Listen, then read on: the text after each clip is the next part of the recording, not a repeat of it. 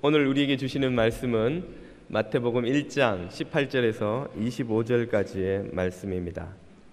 예수 그리스도의 나심은 이러하니라. 그의 어머니 마리아가 요셉과 약혼하고 동거하기 전에 성령으로 잉태된 것이 나타났더니 그의 남편 요셉은 의로운 사람이라 그를 드러내지 아니하고 가만히 끊고자 하여 이 일을 생각할 때에 주의 사자가 현몽하여 이르되 다윗의 자손 요셉아 내 아내 마리아 데려오기를 무서워하지 말라.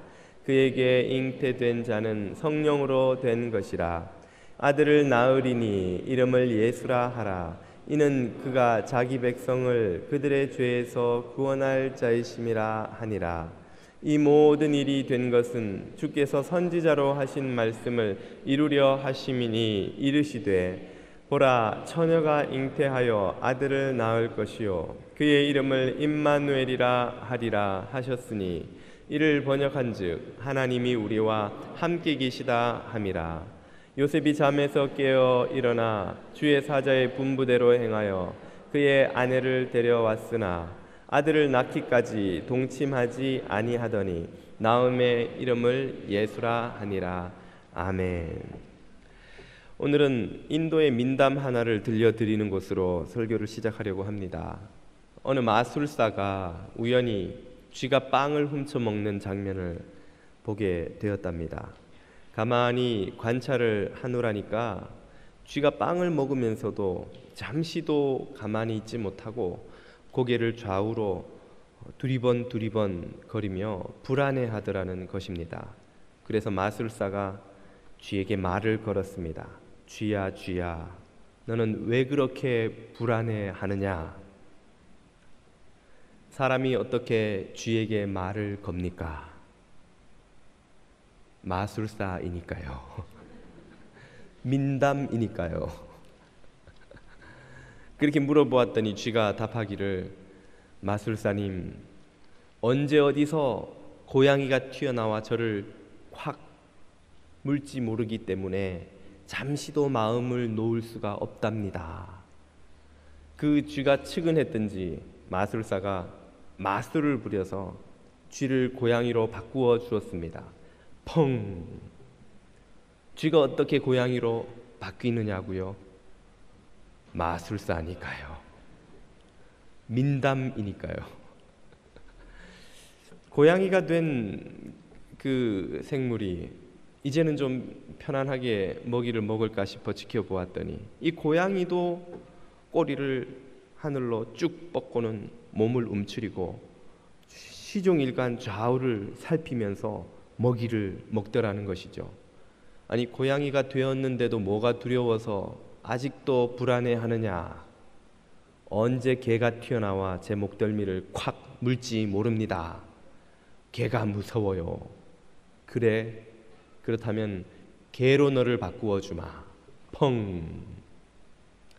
개가 된 이 생물이 이제는 좀 마음 편히 먹이를 먹을까 했더니 이 개도 그냥 가만히 있지 못하고 좌우로 발발발발발발 뛰어다니면서 음식을 먹어도 뭘 해도 두리번거리고 불안해하더라는 것이죠.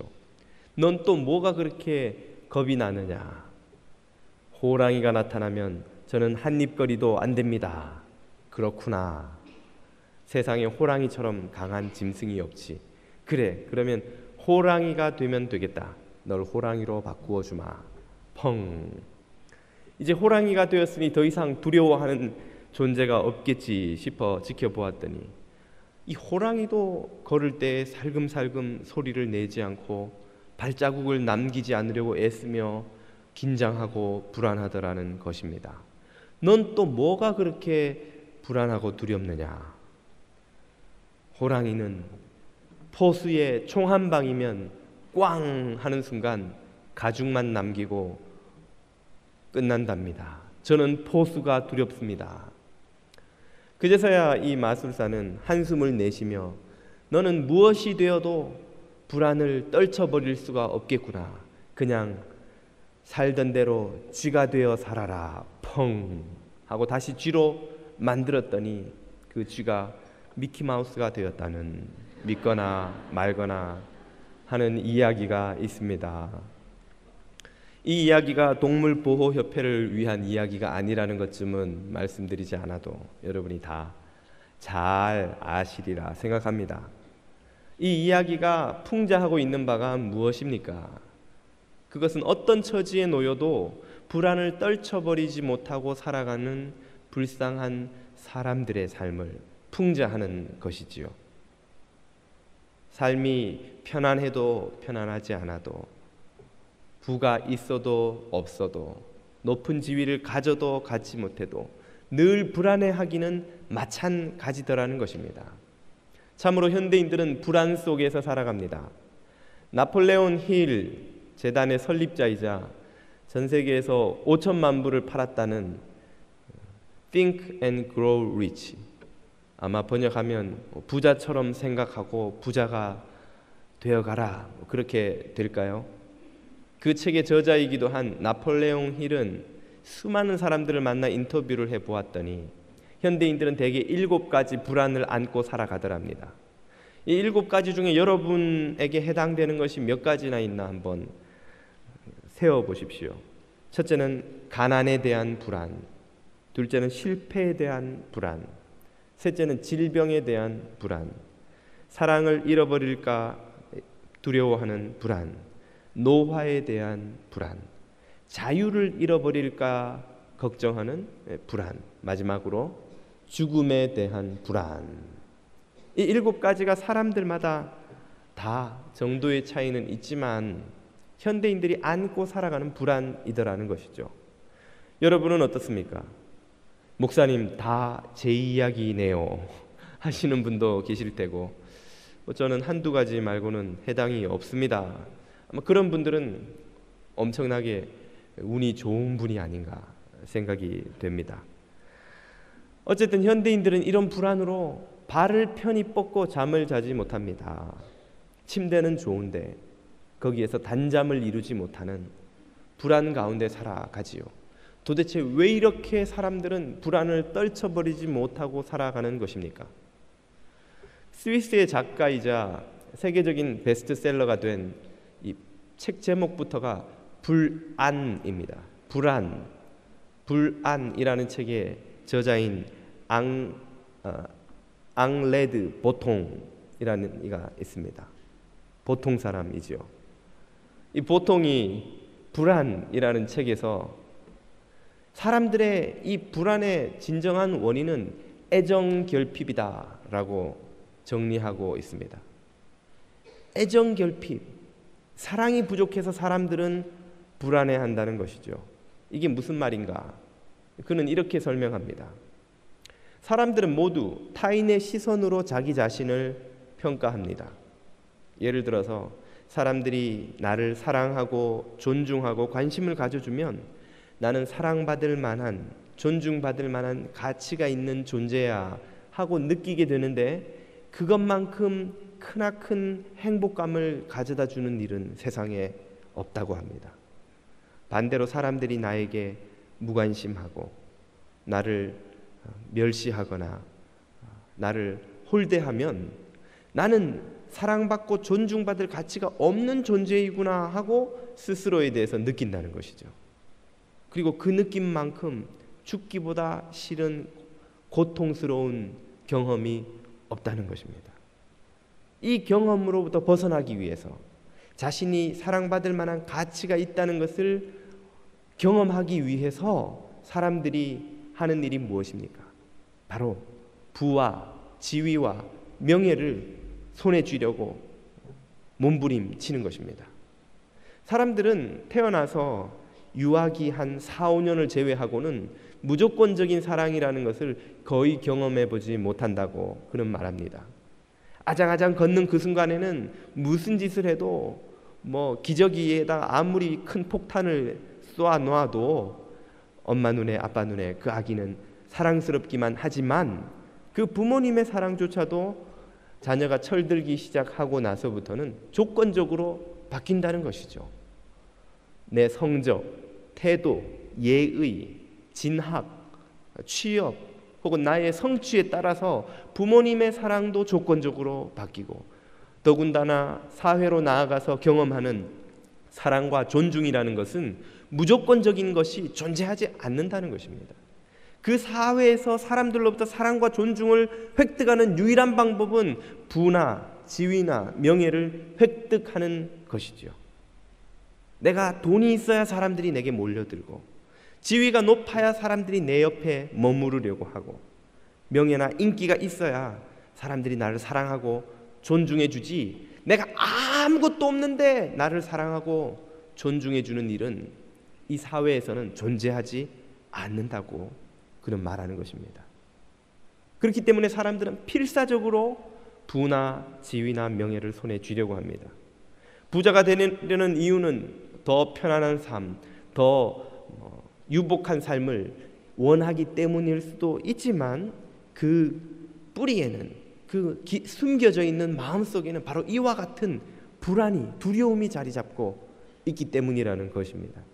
많은 부자들이 자기 세대에는 물론 손자, 증손자까지 써도 다 못 쓸 만큼의 어마어마한 부를 쌓아놓고도 계속해서 부를 더 늘려가려고 하는 이유가 바로 이것이라고 그는 말합니다.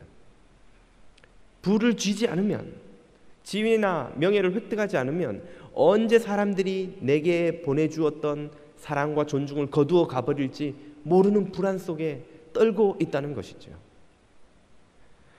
그러나 이런 방식으로 사랑과 존중을 획득하는 것은 결국 이 불안의 문제에 해답이 되지 못합니다. 왜냐하면 다음과 같은 세 가지 이유 때문인데요. 우리들 중 대부분은 그 부나 지위나 명예를 충분히 획득할 만큼 운이 좋지 못하다는 것입니다. 제가 예전에 리더스 다이제스트라는 책을, 잡지를 즐겨 읽으면서 거기에 나오는 격언 같은 구절들을 읽고 암기도 하고 했던 기억이 납니다. 잊을 수 없는 문장 하나가 있는데요, 세상의 모든 자원을 동원해도 단 한 사람의 욕망도 충족시킬 수 없다 하는 것입니다. 세상의 모든 다이아몬드를 다 모아도 단 한 사람의 마음에 만족을 주지 못한다는 것이죠. 그런데 그 자원들을, 제한된 자원들을 놓고 70억 인구가 서로 더 많이 가지려고 경쟁하고 있습니다. 서로 더 높은 위치에 올라가고 서로 더 사람들의 인기와 명예를 획득하려고 경쟁하고 있으니 결국 극히 소수의 사람들만 그들이 생각하는 충분하다는 부나 지위나 명예를 획득할 수 있다는 것이죠. 나머지 대부분의 사람들은 그런 행운을 누리지 못하기에 이것이 답이 될 수가 없는 것입니다. 두 번째 이유는 운 좋게 그 부나 지위나 명예를 획득한 사람조차도 그것이 언제까지 지속될지 아무도 모르기에 여전히 불안하다는 것입니다. 그것을 지속하는 일이 얼마나 어려운지를 알고 있기 때문에 그로 인해서 또 마음에 불안이 있다는 것이죠. 그리고 마지막 세 번째로, 운 좋게 내 살아생전에 그 부나 지위나 명예를 잃어버리지 않고 잘 지켜나가고 있다고 해도 그로 인해서 얻는 사랑이나 존중이 조건적인 것이라는 사실을 무의식 속에서 모두가 알고 있기 때문입니다. 내가 지금 돈이 있으니까 저 사람들이 저렇게 나에게 관심을 갖지, 내가 이렇게 높은 지위에 있으니 사람들이 내게 와서 고개를 숙이고, 내가 지금 인기가 있으니 사람들이 와서 사인을 받으려고 하는 것이지, 내가 모든 것을 다 잃고 늙고 가난하고 병든 몸이 되어 병상에 누워 있을 때 지금 내 앞에 몰려든 저 사람들 중에 과연 몇이나 나를 찾아 그 병원에 발을 들여놓을지를 생각해 본다면 아무도 확신할 수 없다는 사실을 모두가 알고 있다는 것입니다. 그것이 조건적인 것이라는 사실을, 내가 획득한 이 조건에 의해서 저 사람들의 사랑과 존중을 얻고 있다는 사실을 알기 때문에 여전히 불안으로부터 자유를 얻을 수 없다는 것입니다. 이런 현대인들의 안타까운 삶을 잘 꼬집어 준 유명한 우화가 있습니다.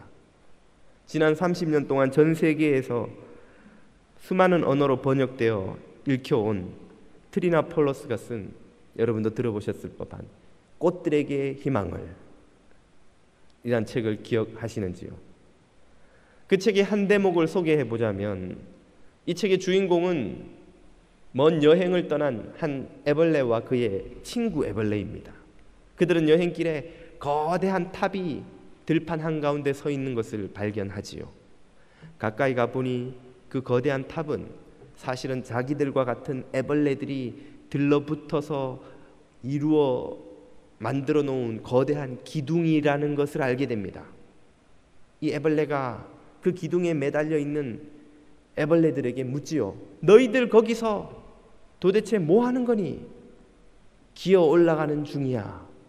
아니 도대체 왜 기어 올라가는 거야? 몰라. 다들 그렇게 하잖아. 또 다른 애벌레에게 묻습니다. 너는 도대체 왜 기어 올라가는 거야?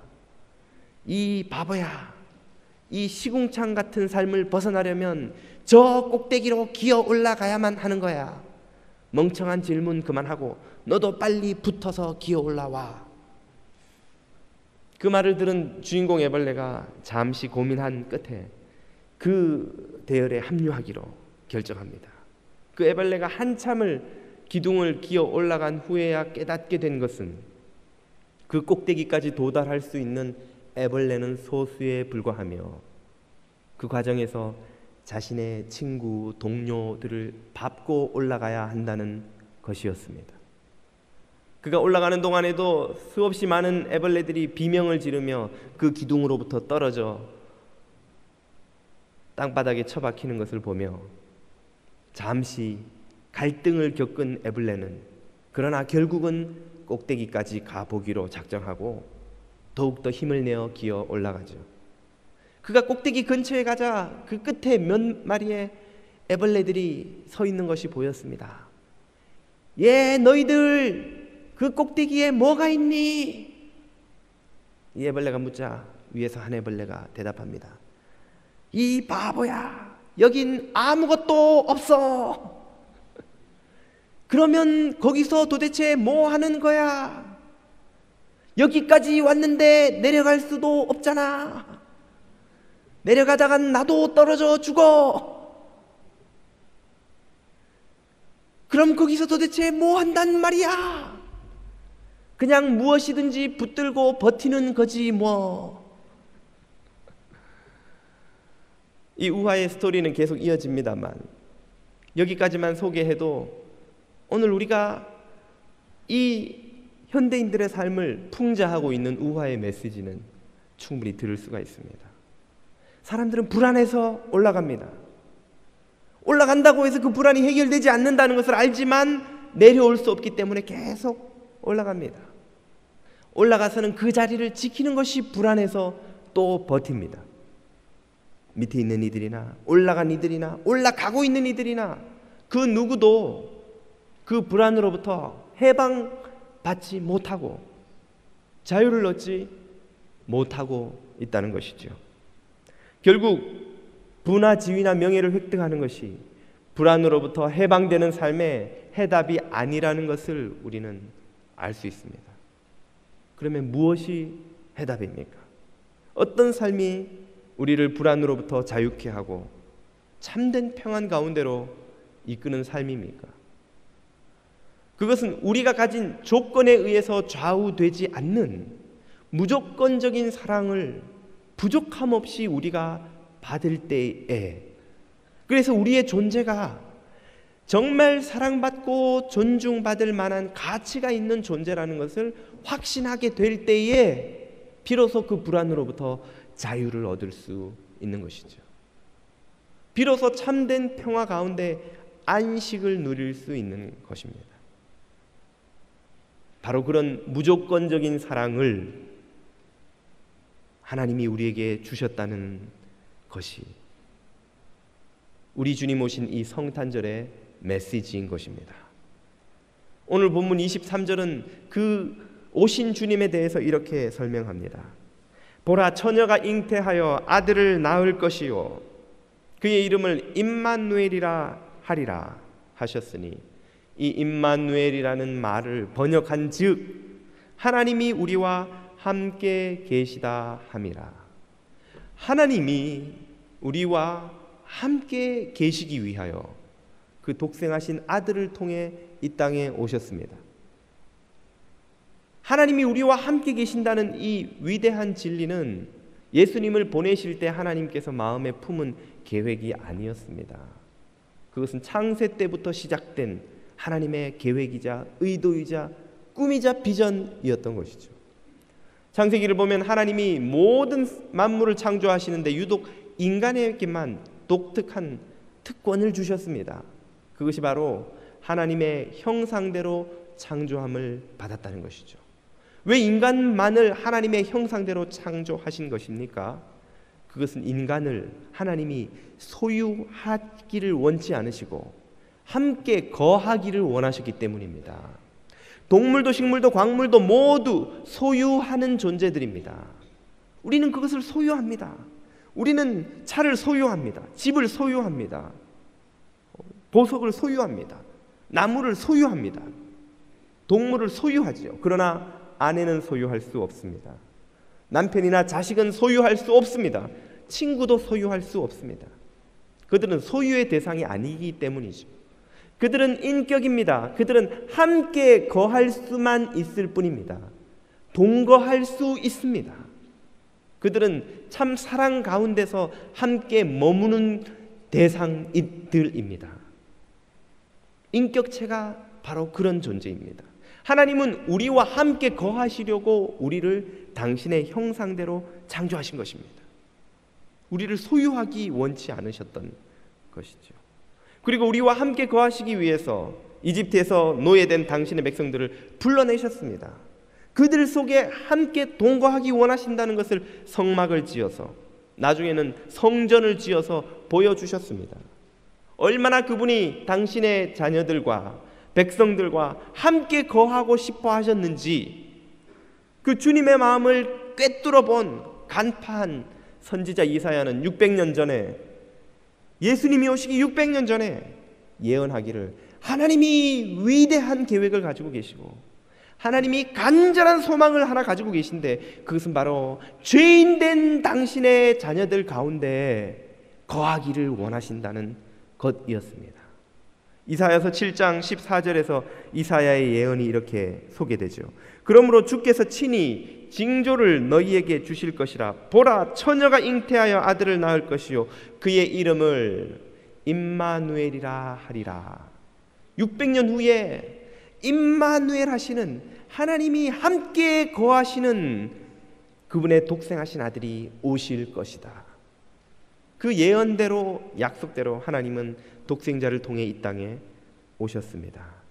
그리고 죄인들과 실패한 이들과 이 세상에서 천대받는 이들 곁에 함께 거하셨죠. 그리고 당신이 승천하여 올라가실 때는 성령을 통하여 영원히 믿는 자들과 함께 거하리라 약속하여 주셨습니다. 두세 사람이 내 이름으로 모인 곳에 나도 그들과 함께 있으리라. 그 성령께서 오늘 저와 여러분 안에서 임재하심으로 하나님이 우리와 함께 거하신다는 것을 우리는 믿습니다. 그 하나님의 함께 거하심은 자격 없는 자들에 대한 무한한 사랑의 증거입니다. 하나님이 죄인들과 함께 하시고 자격 없는 자들과 함께 하신다는 것을 보여주시기 위해 예수님은 왕궁에서 태어나지 않으시고 마구간에서 태어나셨습니다. 귀족의 아들로 태어나지 않으시고 가난한 목수의 아들로 태어나셨습니다. 배우고 지위와 명예와 인기를 한 몸에 누리는 바리새인들과 서기관들의 친구가 되지 않으시고 천대받고 멸시받는 죄인과 세리와 율랑녀들과 이 사회에서 도덕적으로 사회적으로 실패한 이들의 친구가 되어 그들과 함께 거하셨습니다. 하나님은 우리가 죄인인데 우리를 찾아오신 분이십니다. 하나님은 우리가 실패했는데도 우리를 버리지 않으시는 분입니다. 하나님은 우리가 자격이 없는데도 우리와 영원히 함께 하리라고 약속하신 분이십니다. 하나님은 우리가 모든 것을 다 잃고 병상에 누워 있어도 우리를 우습게 보시고 멸시하시고 버리시지 않고 우리 곁에 계시고 우리의 하나님이 되시고 영원토록 나와 함께 거하시리라 약속하셨습니다. 그 은혜를 우리가 지금 이미 누리고 있는 줄 믿습니다. 이 진리를 깨닫고 믿고 받아들이는 이들에게만 참되고 영원한 평안이 있습니다. 내가 가치 있는 존재일까에 대한 회의를 품고 두려워하며 불안하여 떨지 않고 얼마나 존귀한 자로 부름을 받았는지를 깨닫고 누리는 참된 평안이 거기에는 있습니다. 내가 너희에게 주는 것은 세상이 주는 것과 같지 아니하니 평안을 너희에게 주노라. 평안을 너희에게 주노라. 세상이 주는 조건적인 평안이 아니라 하나님이 주시는 무조건적인 사랑에서 나오는 참되고 영원한 평안을 너희에게 주노라. 그 평안을 받아 누리는 자야말로 하나님이 주시는 최고의 행복을 누리는 자들입니다. 그 평안을 진작에 받아 누렸던 시편 기자는 시 4편 8절에서 이렇게 고백하고 있습니다.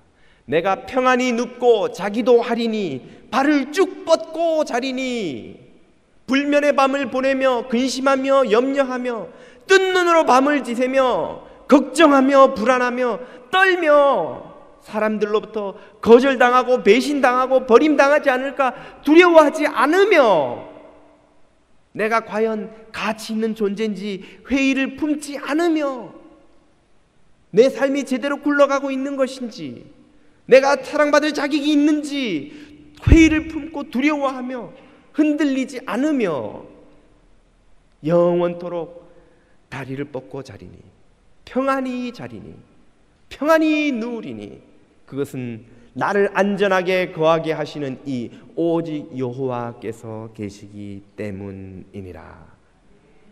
나를 위해 이 머나먼 땅에 육신을 입고 오셔서 말구유와 죄인들 가운데 내려오기를 거절하지 않으셨던, 망설이지 않으셨던, 그리고 나를 위하여 심지어 십자가를 지시기까지 이 낮은 곳으로 내려오셨던 그 주님의 사랑을 내가 받았기 때문이니라.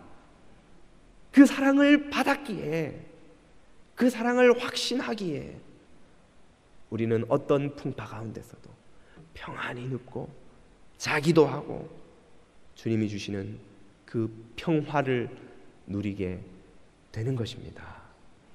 사랑하는 여러분, 주님이 주시는 이런 평화가 여러분 안에 있기를 축복합니다. 여러분이 어떤 모습, 어떤 상태, 어떤 모습으로 이 자리에 있다 할지라도 주님의 사랑과 이 평화는 영원토록 여러분을 떠나지 않는 것인 줄 믿습니다. 시편 기자처럼 평안히 눕고 자기도 하는, 그래서 모든 불안으로부터 자유와 해방을 얻고 천국 백성으로 살아가시는 여러분 되시기를 주님 이름으로 축원드립니다.